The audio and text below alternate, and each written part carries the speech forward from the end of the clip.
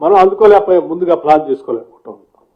వచ్చిన అందుబాటులో ఉన్న టెక్నాలజీని, అందుబాటులో ఉన్న జియోగ్రఫికల్ కండిషన్స్ తెలంగాణకి we're not plan it. So ఈ గవర్నమెంట్ వచ్చిన తర్వాత అసలు స్టేట్లో ఎక్కడెక్కడ ఏ సైట్స్ అవకాశాలు ఉన్నాయో ఒక స్టడీ చేసి ఒక రిపోర్ట్ ఇవ్వని చెప్పి ప్రపంచంలో ప్రసిద్ధిగాంచినటువంటి కొన్ని కంపెనీస్ లైక్ డెలైట్ లాంటి వాళ్ళది, ఇంకోటి ప్రైస్ టాటా వాళ్ళకి ఇచ్చే స్టడీ చేసి ఒక రిపోర్ట్ ఇవ్వని ఇచ్చాం. మొత్తం వాళ్ళు 10 నుంచి 12 సైట్లు most eligible for pump storage లాంటి వాటికి మంచి చేసుకోవడానికి తెలంగాణలో అవసరం ఉందని చెప్పి స్టడీ చేసి వాళ్ళు రిపోర్ట్ ఇచ్చారు. These are the 2 things. అప్పుడు ఎనర్జీ స్టోరేజ్ అడిషన్స్ అంటే సెంట్రల్ ఎలక్ట్రిసిటీ అథారిటీ ప్రకారం అవసరం ఉన్నది, ఎంత అవసరం ఉందనేది కూడా స్పష్టంగా 29-30 కల్లా ఈ కెపాసిటీ అడిషన్ క్యుములేటివ్ మనకి 7,366 మెగావాట్స్ కావాల్సినంత చేయాల్సిన అవసరం. 3 ట్రిలియన్ దానికోసం లెక్క వేసుకుంటే 29-30 కల్లా 10,259 మెగావాట్స్ పవర్ సంబంధించినటువంటి స్టోరేజ్ ని 29-30 కల్లా ప్లాన్ చేసుకోవాలి. లేదు ఒట్టి సెంట్రల్ ఎలక్షన్ అథారిటీ ప్రకారమే మనం ప్లాన్ చేసుకోవాలంటే కూడా జరుగుతున్నటువంటి central government of India central electricity authority ప్రకారం అయితే 7,366 కైనా మనం ప్లాన్ చేసుకోవాలి megawatts. But unfortunately previous government has not plan anything. అంటే ఈసీ పంప్ స్టోరేజ్ కట్టుకొని ప్లాన్ చేసుకోవాలంటే మినిమం 6 to 7 years పడుతుంది.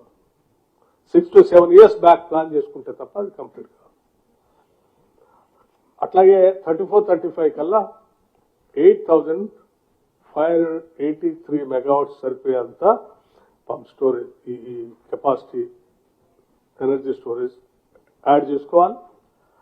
3 ట్రిలియన్ ప్రకారం మనం ముందు పోవాలంటే 34-35 కల్లా మినిమం 14,365 అంటే 34-35 కల్లా 14,365 మెగావాట్లు సరిపోయేంత స్టోరేజ్ కెపాసిటీని మనం రాష్ట్రంలో ప్లాన్ చేసుకోవాలి. దీంట్లో జెన్కో ఇంప్లిమెంటేషన్ చేయొచ్చు, స్టోరేజ్ సర్వీస్ అంటే ఎవరైనా పెట్టుకుంటూ వాడి దగ్గర మనం అంటే ఎవరైనా ఇప్పుడు చిన్న కింద చెరువు పైన చెరువు పెట్టుకొని ఆల్రెడీ కట్టుకొని ఉన్నాం, మీ పవర్ ఏదైనా కావాలంటే మా దగ్గర స్టోర్ చేసుకోండి, గంటకి ఎంత ఛార్జ్ చేస్తామని చెప్తున్నాం. అంటే మనం ఎన్ని గంటలు సరిపోయేంత పవర్ వాళ్ళకి ఇస్తే పీక్ అవర్స్ లో మనం రాత్రిపూట పీక్ అవర్స్ లో పవర్ అవసరం ఉంటుంది సోలార్ వరకు. అప్పుడు మాకు ఇన్ని గంటలు పెట్టాం కదా, ఇన్ని గంటలు తీసి మాకు ఇచ్చేసేంటే ఆ టైంకి వాళ్ళు పవర్ ఇచ్చేస్తారు.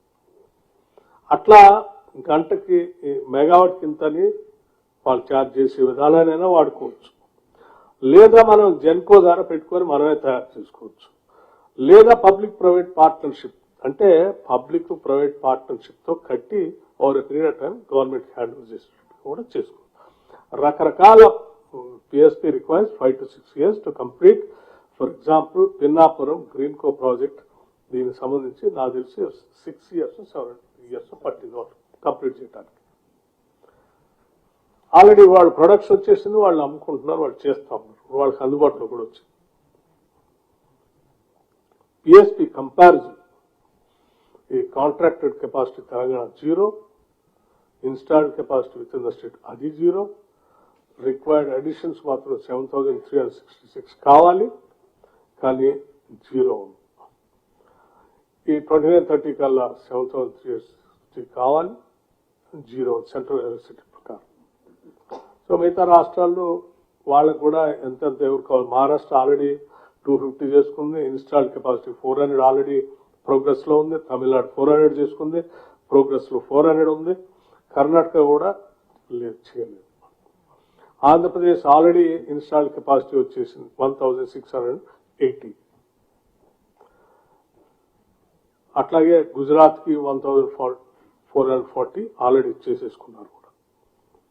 సో ఎక్సెప్ట్ తెలంగాణ మిగతా వాళ్ళంతా ప్లాన్ చేసుకున్నారు. థర్మల్ అడిషన్, అసలు థర్మల్ ఎందుకండి, ఇవన్నీ తక్కువ ధర దొరుకుతా ఉన్నాయి కదా.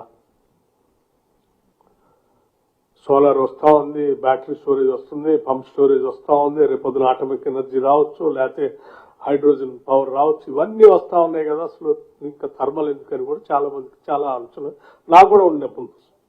సో ఇన్ డీటెయిల్ స్టడీ చేసిన తర్వాత థర్మల్ పవర్ అనేది కూడా కంపల్సరీ కొంత బేస్ లోడ్ కోసం థర్మల్ పవర్ అవసరము. ఇది లేకపోతే గ్రిడ్ మొత్తం అసలు గ్రిడ్ కొలాప్స్ అయిపోతుంది. ఒకసారి గ్రిడ్ కొలాప్స్ అయిపోతే దాన్ని మళ్ళీ లైన్లో పెట్టడానికి 1 డే పట్టొచ్చు, 2 days పట్టొచ్చు. దాని లోపల జరగాల్సిన నష్టం అంతా జరుగుతుంది. సో మినిమం గ్రిడ్ మెయింటెనెన్స్ చేయటం కోసం అంటే ఉత్పత్తి అయినటువంటి పవర్ మొత్తాన్ని స్టోరేజ్ కెపాసిటీ ఎప్పటికప్పుడు వాడుకోవటం.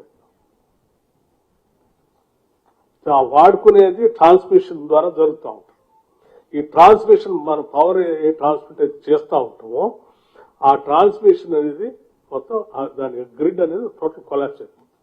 ఒకసారి పెరిగితేనే బొమ్మలు వేస్తూ తగ్గితేనే ఉంది.